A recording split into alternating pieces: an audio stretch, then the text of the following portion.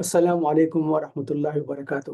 قال الله تبارك وتعالى في الكلام المجيد والفرقان الحميد، فأعوذ بالله من الشيطان الرجيم. بسم الله الرحمن الرحيم. إن الله وملائكته يصلون على النبي يا أيها الذين آمنوا صلوا عليه وسلموا تسليما. اللهم صل على محمد وعلى آل محمد كما صليت على إبراهيم وعلى آل إبراهيم إنك حميد مجيد.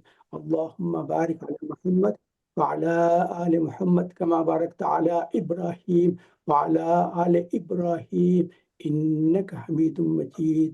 رب اشرح لي صدری ویسر لی امری واحلل عقدۃ من لسانی یفقهوا قولی. الحمد للہ رب العالمین، اللہ کے فضل و کرم سے آج ہم پھر جوائن ہوئے ہیں، اور آج اس سورۃ الاخلاص کے تعلق سے تھوڑی سی غور و فکر کریں گے، تھوڑا ریفلیکشن کریں گے۔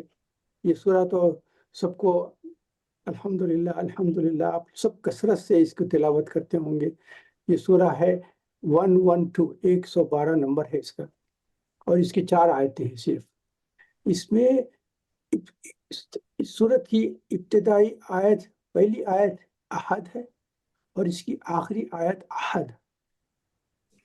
اور اس کے تعلق سے شان نزول یہ ہے کہ مفسرین میں تھوڑا سا اختلاف یہ ہے کہ بعض کہتے ہیں کہ یہ مکی ہے، بعض کہتے ہیں مدنی ہے، بس مگر اصل میں کیا ہے، یہ سورت مکی ہے، لیکن مدینہ شریف جانے کے بعد بھی جب لوگ حضور صلی اللہ علیہ وسلم سے آ کے سوالات جواب کرتے تھے، اس وقت حضور اکرم صلی اللہ علیہ وسلم نے اس سورت کی تلاوت فرمائی، تو جو صحابہ بازو بیٹھے تھے وہ سمجھے کہ شاید ان کے سوال کرنے کی وجہ سے یہ سورت نازل ہوئی، لیکن یہ میجورٹی مفسرین کہتے ہیں کہ مکی ہے، کیونکہ اس کا جو لفظ احد ہے، یہی لفظ ہے جس کو حضرت بلال رضی اللہ تعالیٰ عنہ جب ان کے اوپر سختیوں سے پتھرے رکھ کے اور دھوپ میں لٹا دیا کرتے تھے، تو اس وقت ان سے کہتے تھے کہ ہماری بتوں کا بھی نام لے لو، تمہاری یہ سختی کرتے ہیں وہ ختم کر دیتے ہیں، تو بس وہ کہتے تھے احد احد احد، بس ایک ہی اللہ تھا۔ تو میں سمجھتا ہوں کہ اس کے تعلق سے، کیونکہ سورۃ الاخلاص نازل ہو گئی تھی، تو اس لیے اس احد کو کہا کرتے۔ تو اب اس میں ہم تھوڑی سی تفصیل میں جاتے ہیں۔ یہ اصل میں یہ ہم کچھ عرصہ پہلے ہم نے قل یا ایھا الکافرون کی تلاوت فرمائی تھی، جس میں حضور اکرم صلی اللہ علیہ وسلم نے فرمایا تھا کہ میں تمہارے معبودوں کی عبادت نہیں کرتا اور تم میرے معبود کی عبادت نہیں کرتے، تو تمہارا دین الگ ہمارا دین۔ تو اس کے بعد یہ جو مکے کے جو مشرکین تھے، وہ لوگ سب سارے جمع ہو گئے، انہوں نے کہا کہ اچھا آپ ہمارے معبودوں کی عبادت نہیں کرتے تو آپ کے معبود کی عبادت کرتے ہیں، تو اب آپ ہم کو تفصیلات بتائیں۔ یہ عرب کا ماحول تھا کہ جہاں کسی کے تعلق سے کسی کا انٹروڈکشن کرے، کسی کو بتائے کہ یہ فلاں ہے فلاں ہے، تو وہ فوری ان کا تعلق یہ رہتا تھا کہ ان کا لینیج دیکھے، کس خاندان سے ان کا تعلق ہے، ان کے والد کون تھے، ان کے بچے کون ہیں۔ یہ آپ کو پتہ ہے نا، جیسا ان کے پاس کنیت کی بہت اہمیت تھی، اصل نام تو الگ رہتا تھا مگر نام سے زیادہ کنیت پہ، جیسا باپ کا نام پوچھتے تھے، بیٹے کا نام پوچھتے تھے، تو یہ خاص طور پہ تاکہ لینیج کرنے کے لیے، جیسے حضور صلی اللہ علیہ وسلم کو ابو القاسم کہتے ہیں صلی اللہ علیہ وسلم، کیونکہ ان بیٹے کا نام قاسم تھا، تو اس کی نسبت سے حضور صلی اللہ علیہ وسلم کو ابو القاسم کہتے ہیں۔ اور پھر ہم دیکھتے ہیں صحابہ میں جو کثرت سے آئے ہیں، حضرت عبداللہ بن عباس ہے، حضرت عبداللہ بن عمر ہے، حضرت عبداللہ بن مسعود رضی اللہ تعالیٰ عنہ، تو یہ ابن عباس یعنی عباس کے بیٹے، ابن عمر عبداللہ بن عمر، عمر کے بیٹے۔ تو اسی طریقے سے یہ باپ اور بیٹے سے کنیت اور یہ خاندان کا تھا، تو انہوں نے حضور صلی اللہ علیہ وسلم سے پوچھنا پڑا۔ اچھا یہاں ایک بات بتا دوں، حضرت سلمان فارسی کے تعلق سے ہے، حضرت سلمان جب اسلام لائے تو حضور صلی اللہ علیہ وسلم نے ان کا نام پوچھا تھا، انہوں نے کہا کہ میرا نام مابا ہے، تو حضور صلی اللہ علیہ وسلم یہ تو کوئی خاص نام نہیں، تو حضور صلی اللہ علیہ وسلم نے کہا کہ میں تم کو نام دیتا ہوں سلمان۔ تو جو لوگ آزو بازو بیٹھے تھے انہوں نے کہا کہ سلمان تو نام دے دیا، اب ان کی کنیت بھی ہونا چاہیے نا، یہ ان کے والد کون ہیں، ان کے والد کے نام سے، تو حضور صلی اللہ علیہ وسلم نے کہا سلمان ابن اسلام، تو کنیت ہونا ضروری تھا۔ تو اسی لیے جب اللہ تعالیٰ کے تعلق سے بتایا گیا ہے کہ اللہ تعالیٰ کی عبادت کرو، تو انہوں نے کہا کہ کنیت بتائیے، کہ ان کے لینیج بتائیے، نعوذ باللہ والد کون ہے، ان کی اولاد کیا ہے، تو ایسا یہ صورت نازل ہوئی، تو جس میں تفصیل سے بتا دیا گیا ہے کہ وہ ایک واحد ایک اللہ تعالیٰ کی ذات ہے جس کے نہ اوپر ہے نہ نیچے ہے، نہ کسی سے پیدا ہوئے نہ ان سے کوئی پیدا ہو. یہ تفصیلات ہے، یہ سورہ میں یہی بتا دیا. اور اس کے بعد یہ ہوا کہ مدینے کے جو لوگ تھے، یہود نے آ کر حضور سے پوچھا کہ اچھا آپ جو اللہ کے تعلق سے کہتے ہیں کہ بتائیے وہ نعوذ باللہ وہ کس چیز سے بنے ہیں؟ سونے سے بنے ہیں، چاندی سے بنے ہیں، جواہرات سے بنے ہیں؟ ان کا یعنی باڈیلی اسٹرکچر کیا ہے، کس چیز کی تفصیل ہے؟ تو وہ پوچھے تو اس وقت حضور اکرم صلی اللہ علیہ وسلم نے پھر یہ سورت کی تلاوت فرمائی تھی. تو یہ اس سے ہوتا. اچھا، اس کی ابتدائی آیت جو ہے احد ہے. احد سے اور آخری آیت بھی احد ہے. احد کے معنی ایک نہیں ہے، ایک کے بجائے یکتا، یگانا. جیسا انگلش میں ون بھی بول سکتے ہیں، لیکن یہاں میننگ ون نہیں ہے، یہاں یونیک ہے میننگ. اس کی میننگ یہ ہے یونیک، یعنی اس جیسا کوئی ہو ہی نہیں سکتا. اگر ون کہیں گے تو پھر ہر انسان کہے گا آئی ایم آلسو ون، مگر آپ یونیک کہیں گے تو پھر کوئی نہیں کہہ سکتا کہ میں یونیک ہوں. کیونکہ یونیک کے جو کنڈیشنز آ رہے ہیں یہاں، جہاں اللہ تعالیٰ کی جو تفصیلات بتائے ہیں، تو اس میں جو یونیکنیس ہے وہ کسی میں نہیں. اور آپ کو یہ کہتے ہیں کہ اچھا دوسری آیت ہے یہاں. دوسری آیت کیا ہے؟ دوسری آیت میں کہ اللہ تعالیٰ کی صفات میں سے ایک ہی صفت کہا ہے کہ الصمد. الصمد، تو صمد کے معنی کیا ہے؟ یعنی بے نیاز. ہم جیسا اردو میں بول سکتے ہیں بے نیاز، یعنی اس کے جیسا کوئی نہیں. نیاز مند کس کو بولتے ہیں؟ نیاز مند وہ ہے جو محتاج ہے. اور اللہ تعالیٰ احتیاج سے اوپر ہے، بالا تر ہے، اعلیٰ ہے، ضرورتوں سے بے نیاز ہے، بے پرواہ ہے. ساری مخلوق ان کی محتاج ہے، نعوذ باللہ وہ کسی کے محتاج ہے. ان کو اللہ تعالیٰ کو احتیاج کی ضرورت ہی نہیں، اور سارے احتیاج سے اوپر ہے اور بالا تر ہے، اعلیٰ ہے، ضرورتوں سے بے نیاز و بے پرواہ ہے. ساری مخلوق ان کی محتاج ہے اور وہ اس سے اعلیٰ ہے. جیسے آپ سبحان اللہ بھی کہتے ہیں نا، سبحان اللہ کے مطلب کیا ہے؟ اللہ تعالیٰ جو ہے سارے کمزوریوں سے، کمیوں سے اس سب سے اعلیٰ تر ہے. جیسے انگریزی میں بولتے ہیں نا ابو آل ویکنیسز، یعنی جتنے چیزیں، جتنے ویکنیسز مخلوقات میں ہیں ان سب سے اعلیٰ اور ارفع ہے اللہ تعالیٰ کے مقابلے. اور یہ اللہ تعالیٰ کا کیا ہے؟ جیسے انگلش میں ناٹ ان اینی نیڈ. ساری مخلوقات ڈپینڈ ہیں اور اللہ تعالیٰ انڈیپینڈنٹ ہے، کسی کی کوئی ضرورت نہیں، کوئی حاجت نہیں، کچھ نہیں، اور سب ان کے محتاج ہیں اور وہ سب احتیاج سے. اچھا، تیسری آیت میں پیدائش کے بارے میں تعلق ہے. میں ایک مرتبہ تلاوت بھی کر دیتا ہوں. شروع میں جیسا کرتا ہوں، میں ابتدا میں کرنا چاہیے تھا، میں نے لکھا اعوذ باللہ من الشیطان الرجیم بسم اللہ الرحمن الرحیم قل هو اللہ احد اللہ الصمد لم یلد ولم یولد ولم یکن له کفوا احد ولم یکن له کفوا احد. یہ اللہ تعالیٰ کی جو صورت میں ہے. تو اب یہ جو تیسری آیت کے تعلق سے اس میں تیسری آیت میں لم یلد ولم یولد، تو اس میں بتا دیا گیا ہے کہ نہ ان کسی نے ان کو جانا، نہ ان سے کوئی اولاد ہوئی. تو نہ اوپر کچھ ہے نہ ان کے نیچے کچھ ہے. کیونکہ یہ لوگ کہتے تھے نا یہ ضرورت اس واسطے ہے اولاد کا ہونا، ماں باپ کا ہونا، اولاد کا ہونا. یہ کیا ہوتا ہے؟ دس از کنٹینیویشن آف اسپیسیز. کوئی بھی مخلوقات میں سے جو بھی ہے ان کی کنٹینیویشن کیسا ہوتا؟ ان کے کوئی پیرنٹ ہونا چاہیے، ان کے بعد ان کی اولاد ہوگی، تو یہ کنٹینیویشن ہوتا. تو یہ آدم علیہ السلام کو اللہ تعالیٰ نے پیدا کیا، اس کے بعد سے ساری انسانیت ان سے شروع ہوئی، وہاں سے شروع ہے. وہاں سے صرف ایک ہی ہے کہ حضرت عیسیٰ علیہ السلام ہے جن کو والد نہیں تھے، سمجھے. باقی سب کے ساتھ تھے. آدم علیہ السلام کو تو نہ والد تھے نہ والدہ تھے، اور بی بی حوا جو ہے ان کو کوئی والدہ نہیں تھی، مگر ایک مین سے جو ہے ان کا تعلق ہوا ہے. تو میل اینڈ فیمیل کا جو کنٹینیوشن ہوتا ہے، تو یہ کنٹینیوشن کے تعلق سے کر رہے تھے.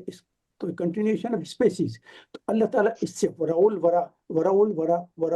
اس سے بہت اونچے، نہ ان کو پہلے کسی کے سے پیدا ہونا ہے ان کا، اور نہ ان سے کوئی پیدا ہوتا. تو اب یہاں کیا ہے؟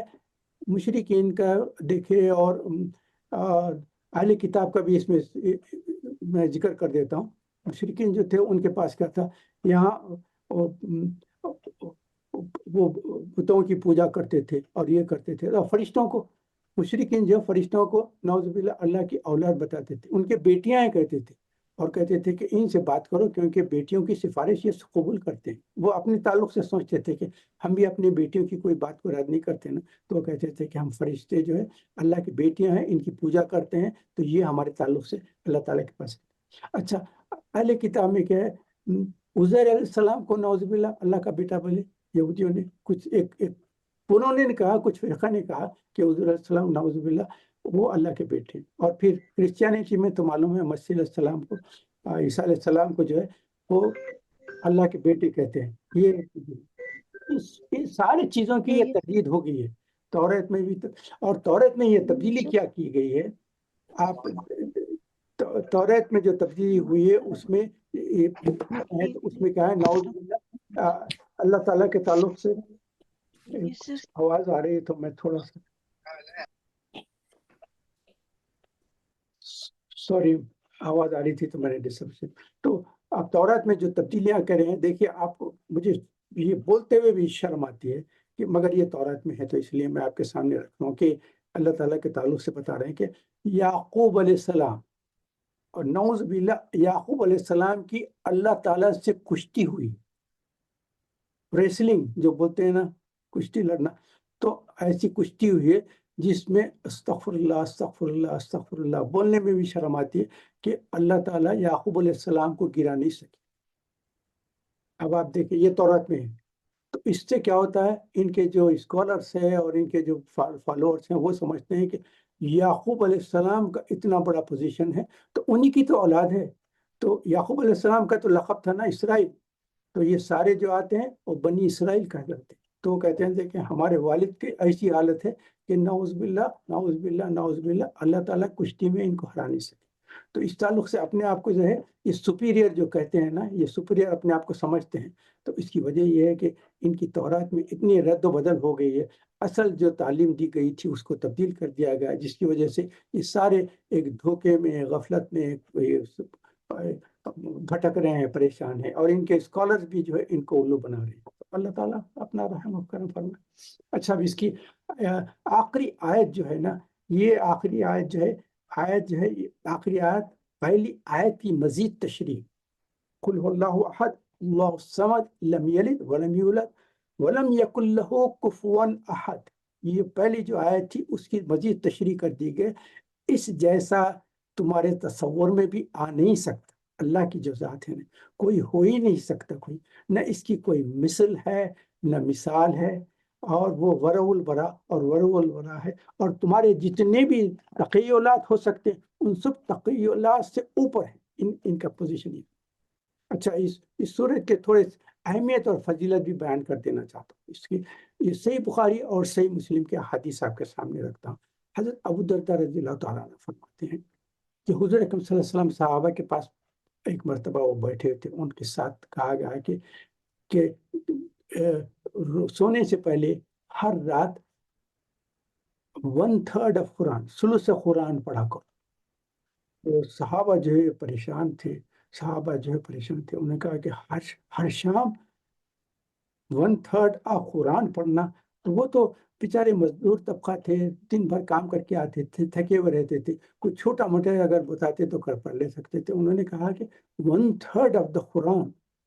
اب آپ سوچے کہ 30 پاروں میں سے 10 پارے رات میں بغیر پڑھے کے سو نہیں سکتے. تو انہوں نے کہا کہ حضور علیہ السلام یہ تو بہت ہم سے تو ہو نہیں سکتا، ہم مجبور ہیں.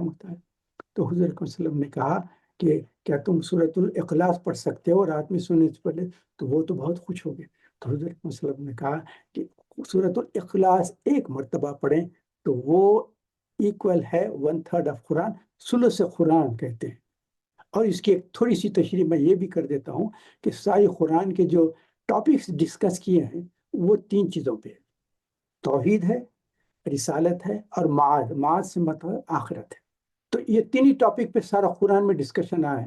توحید کے اوپر ہے، رسالت کے اوپر ہے، اور آخرت اور معاد پہ. تو اس لحاظ سے دیکھیں تو توحید جو ہے نا، وہ توحید جو ہے 1/3 آف دا قرآن کے ڈسکشن ہے. اور یہ سورۃ الاخلاص جو ہے یہ توحید کے تعلق سے بڑی جامع صورت ہے. توحید کو اس سے زیادہ ڈسکرپشن کہیں آپ کو نہیں مل سکے گا. جو ہر چیز ہے اس کو جو ہے اس کا توحید کا جو ہے بالکل جیسا روح بولتے ہیں نا، جو کریم ہوتی ہے، جو کانسنٹریشن ہو سکتا ہے توحید کا، وہ اس صورت میں بتا دیا گیا۔ تو یہ پہلی حدیث تھی حضرت ابو درداء رضی اللہ تعالیٰ عنہ سے، یہ صحیح بخاری اور صحیح مسلم میں ہے۔ تو حضور اکرم صلی اللہ علیہ وسلم نے جب صحابہ سے پوچھا کہ تم رات میں 1/3 آف دا قرآن پڑھ کر سوئے، تو جب صحابہ پریشان تھے تو پھر بتایا گیا کہ سورۃ الاخلاص نہیں پڑھ سکتا۔ اچھا، دوسری حدیث ہے، عائشہ رضی اللہ تعالیٰ عنہ فرماتے ہیں کہ یہ ایک حضور اکرم صلی اللہ علیہ وسلم نے ایک فوجی دستہ بھیجا، صحابہ کو بھیجا ہے کہ کوئی ایک کسی جگہ گروپ بھیجا گیا جس میں کسی کو امامت کے لیے کہا گیا، تو وہ امامت کے لیے جاتے تھے۔ تو وہ جو اس گروپ کے جو امام بنے تھے، وہ اس صورت میں ہر صلاۃ جب بھی پڑھتے تھے اس میں جو ہے قل هو اللہ احد پڑھا کرتے تھے۔ ہر رکعت میں جو بھی پڑھتے تھے نا، قل هو اللہ احد پڑھتے تھے، اس کے بعد کچھ صورت پڑھا کرتے تھے۔ تو یہ کنٹینیوشن ہوتے رہا۔ تو انہوں نے کہا کہ یہ آپ ہر صورت میں یہ قل هو اللہ، انہوں نے کہا کہ بھئی میں پڑھا کرتا ہوں آپ کی مرضی۔ تو اس کے بعد جب یہ وقت واپس آیا، جو گروپ کو حضور صلی اللہ علیہ وسلم نے بھیجا تھا، جب وہ واپس آئے تو ان کے لوگوں نے آ کر حضور صلی اللہ علیہ وسلم سے کہا کہ ہم آپ سے کچھ کہنا چاہتے ہیں۔ حضور نے فرمایا کیا ہے؟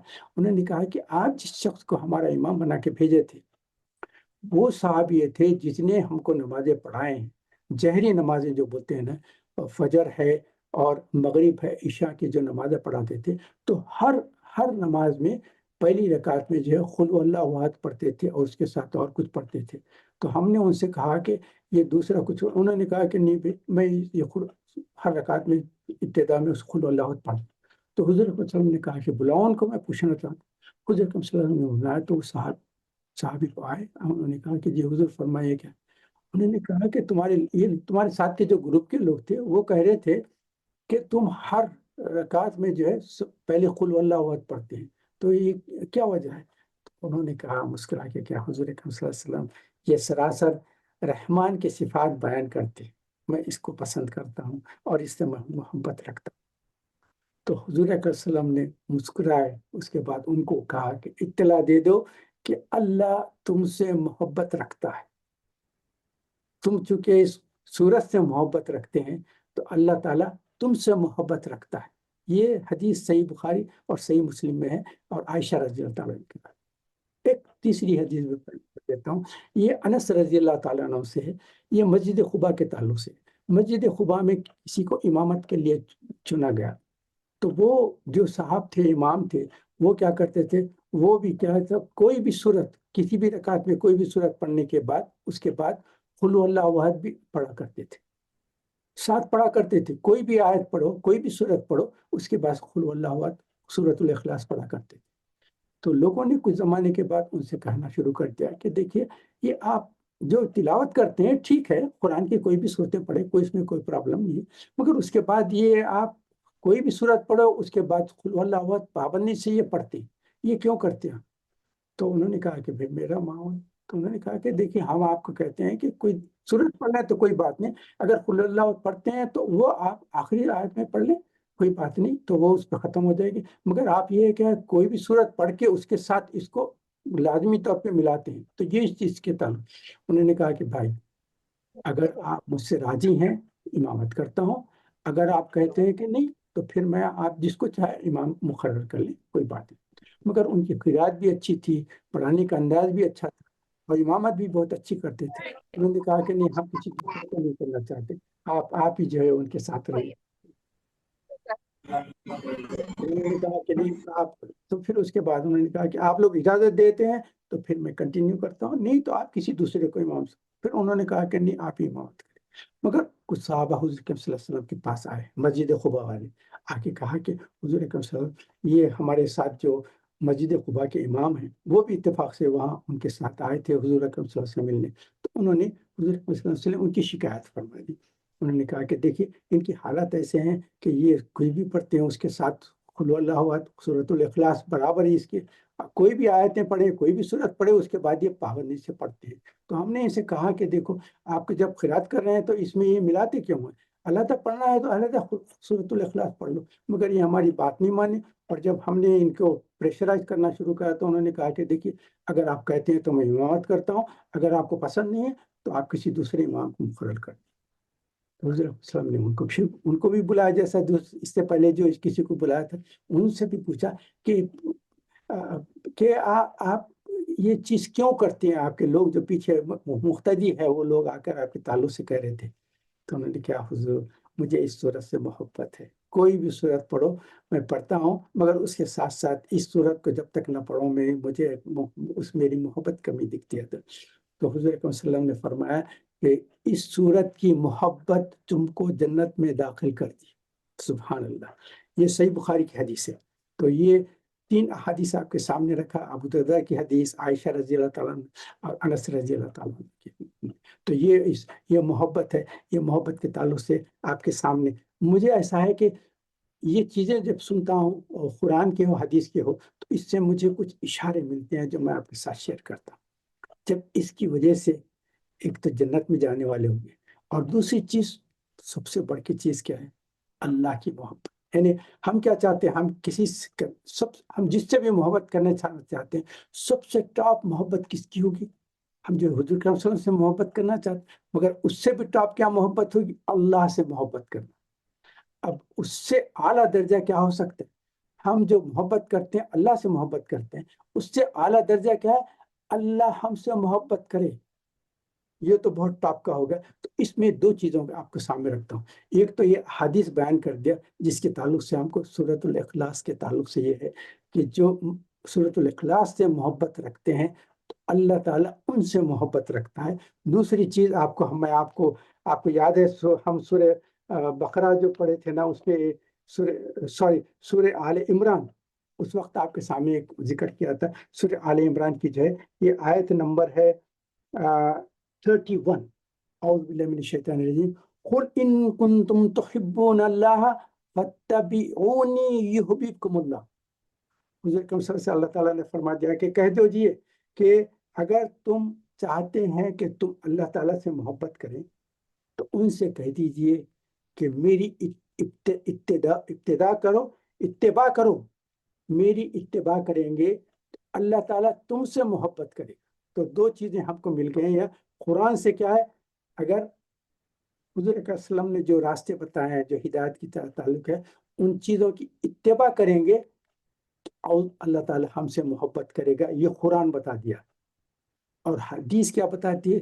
سورۃ الاخلاص سے محبت کریں گے تو اللہ تعالیٰ ہم سے محبت کرتا ہے۔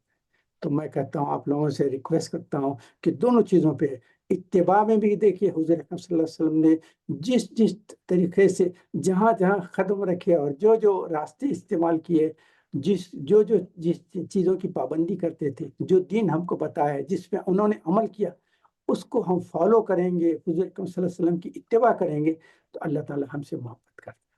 دوسری چیز ہے سورۃ الاخلاص سے محبت کریں، پابندی سے۔ ہاں، مجھے یاد ہے، آپ کو پتا ہے، مجھے آپ سب کو معلوم ہے کہ آپ سب لوگ پڑھتے ہوں گے، تو اس کو جتنا ہو سکتا ہے پابندی سے پڑھے۔ میں آپ کو یہ بھی بتا دوں کہ حضور اکرم صلی اللہ علیہ وسلم کی جو سنت تھی، کیا فجر کی جو سنتیں ہیں نا، اس میں پہلی رکعت میں قل یا ایھا الکافرون، دوسری رکعت میں قل اللہ۔ مغرب کی نماز کے بعد جو فرض کے بعد جو کرتے تھے، قل یا ایھا الکافرون اور قل اللہ۔ یہ آپ کو سامنے اس لیے بتا دیا ہوں کہ یہ پابندی سے کیا کرتے تھے، تو ہم کو بھی اس چیز کی پابندی کرنا چاہیے۔ فجر کی نماز کے جو سنت ہیں اس میں قل یا ایھا الکافرون قل اللہ احد، مغرب کی جو سنت ہے قل یا ایھا الکافرون قل اللہ احد۔ عمرے کو جو جاتے ہیں وہ لوگ بھی جو 2 رکعت پڑھتے ہیں اس میں قل یا ایھا الکافرون قل اللہ احد، یہ ایسا پڑھتے ہیں۔ ساتھ ساتھ اور ایک بات بھی آپ کے سامنے بیان کر دینا چاہتا ہوں کہ حضرت عمر رضی اللہ تعالیٰ عنہ اور کئی صحابہ سے یہ منقول ہے کہ وہ جو نماز پڑھتے تھے تو پہلی رکعت میں اگر قل یا ایھا الکافرون پڑھتے تھے تو دوسری رکعت میں جو ہے قل اللہ احد بھی پڑھتے تھے اور معوذتین بھی ملا کے پڑھتے تھے۔ تو پہلی رکعت میں قل یا ایھا الکافرون پڑھ لیں، دوسری رکعت میں قل هو اللہ احد، قل اعوذ برب الفلق، قل اعوذ برب الناس، یہ تینوں ملا کے پڑھ سکتے ہیں۔ پہلی رکعت میں قل یا ایھا الکافرون اور دوسری رکعت میں، اور پھر ظہر کے جو سنتیں پڑھتے ہیں یا جو عصر کے بھی سنتیں پڑھ سکتے ہیں نا، تو ان میں کیا کرے؟ پہلی رکعت میں قل یا ایھا الکافرون، دوسری رکعت میں قل اللہ احد، تیسری رکعت میں قل اعوذ برب الفلق، چوتھی رکعت میں قل اعوذ برب الناس۔ تو اس طرح سے